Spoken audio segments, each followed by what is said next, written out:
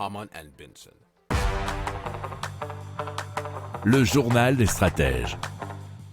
Allez, c'est Live qui a inauguré sa première plateforme flottante capable de produire de l'hydrogène en pleine mer. Elle a été insérée dans une robuste barge circulaire et le dispositif consiste à pomper de l'eau, à la désaliniser, à la purifier et en séparer les éléments grâce à un électrolyseur, puis donc à en récolter l'hydrogène, nous dit 20minutes.fr.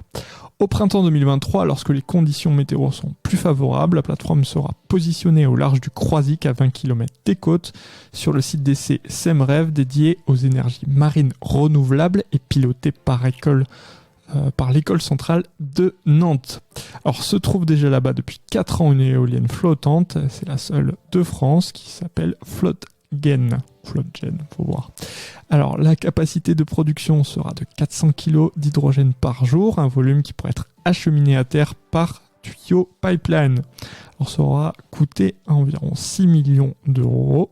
Pour l'instant, ce n'est qu'un démonstrateur afin d'effectuer d'ultimes tests en conditions réelles, notamment celui de la résistance à la forte houle et de démontrer à tous les acteurs que c'est donc possible. À terme, Life ambitionne un développement rapide sur des sites éoliens français et surtout étrangers.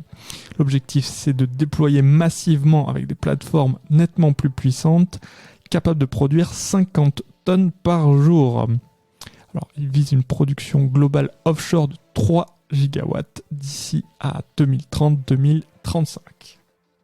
Si vous aimez cette revue de presse, vous pouvez vous abonner gratuitement à notre newsletter qui s'appelle La Lettre des Stratèges, LLDS, qui relate, et cela gratuitement, du lundi au vendredi, l'actualité économique, technologique, énergétique, mais aussi de l'hydrogène et puis de tout ce qu'on trouvera super intéressant pour votre vie.